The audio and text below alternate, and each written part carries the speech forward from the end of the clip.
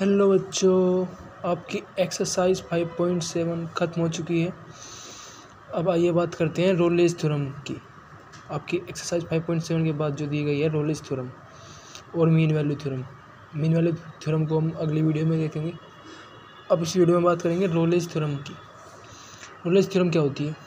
देखिए, let f of a comma b close interval to R where R is the real number set of real numbers. तो एक function f है जो defined है a comma b interval से R में, real number में, यानी डोमेन इसकी ए कोमा बी हो गई, रेंज हो गई आर, यानी रियल नंबर्स। बी कॉन्टिन्यूस है ए कोमा बी इस इंटरवल में कॉन्टिन्यूस है और डिफरेंशिएबल भी है इस इंटरवल में। ठीक है, ए और बी की बात नहीं कर रहे हैं। ठीक है, एंड पॉइंट पे डिफरेंशिएबल किस में है? इसमें ओपन इंटरवल में, और क्लोज इंटरवल में कंटिन्यूस है। Such that f of A is equal to F of b, और उसमें कंडीशन क्या है कि जो वैल्यू हमें ए भी मिल रही है वो बी भी मिल रही है। तो F of A is equal to F of B है, where A and B are some real numbers. A और बी क्या है? यहाँ पे रियल नंबर्स हो सकते हैं। Then there exist some c in a comma b, तब एक पॉइंट, एटलीस्ट एक पॉइंट ए कोमा बी के बीच में जरूर एग्जिस्ट करेगा जिस पर उस फंक्शन का डेरिवेटिव ज़ीरो होगा। ठीक है, समझ में आया कुछ? देखिए, मैं ग्राफिकली समझा रहा हूँ। देखिए, सबसे पहले एक पॉइंट पढ़ लेते हैं। The slope should become zero at least one point in a comma b. इसका मतलब यह है कि स्लोप जीरो होनी चाहिए एटलीस्ट वन पॉइंट पे, अगर ए कोमा बी के, अगर हमारा कोई फंक्शन डिफाइंड है ए कोमा बी से आर तक। ठीक है, और एक कंडीशन है कि ये फंक्शन जो है कॉन्टिन्यूस है और डिफरेंशिएबल है ए कोमा बी में इंटरवल में, और ए की वैल्यू और बी की वैल्यू सेम है, यानी एफ ऑफ ए और एफ ऑफ बी इक्वल है। कैसे एफ ऑफ ए और एफ ऑफ बी इक्वल होंगे? देखिए, ग्राफिकली आपको क्लियर हो जाएगा एकदम से कि मैं कैसे बोल रहा हूँ कि एफ ऑफ ए और एफ ऑफ बी इक्वल कैसे है। जैसे मैं ऐसे ग्राफ बना रहा हूँ, सिंपल ये चीज़ हो गई। ठीक है, ये आपका ग्राफ हो गया, और ये आपका, ये यहाँ पे क्या है, यहाँ पे d y by d x, यानी इसकी स्लोप यहाँ पे कितनी है? जीरो है। अगर आप ध्यान से देखिए, ये देखिए, अगर मैं इसको ए पॉइंट बोल देता हूँ यहाँ पे, और यहाँ पे इसको बी पॉइंट बोल देता हूँ, ठीक है, तो देखिए यहाँ पे एफ ऑफ ए और एफ ऑफ बी की वैल्यू क्या है? सेम है। यहाँ पे देखिए, तो ये ए की वैल्यू और एक पॉइंट इधर एडजस्ट करेगा बी, जो इसकी जितनी वैल्यू रखेगा। तो F of A is equal to F of b, यहाँ पे दिख रहा है आपको क्लियर।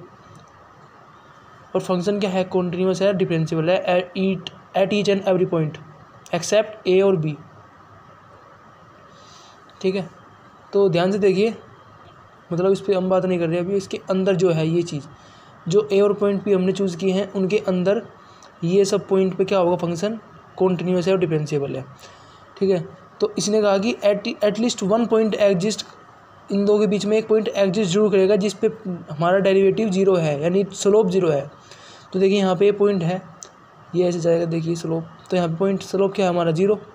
तो ये d y by d x, ये तो हमारा क्या है? जीरो है।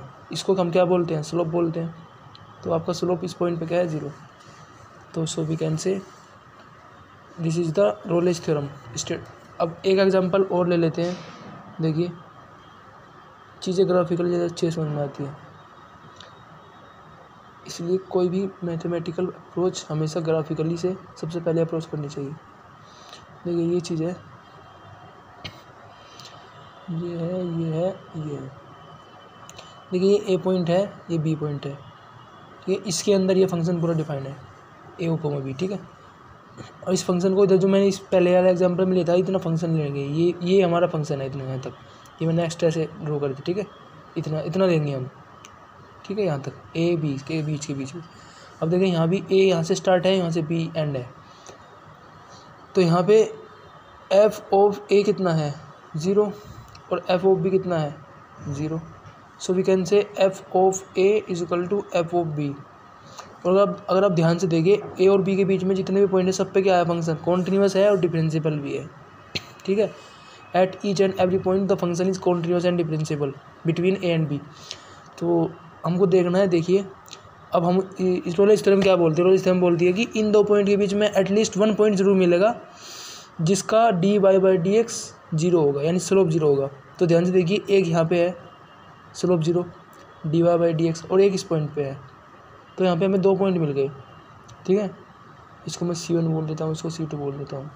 तो एफ डैश C1 क्या आएगा, 0 आएगा, और एफ डैश C2 भी क्या आएगा, ये भी 0 आएगा, ठीक है।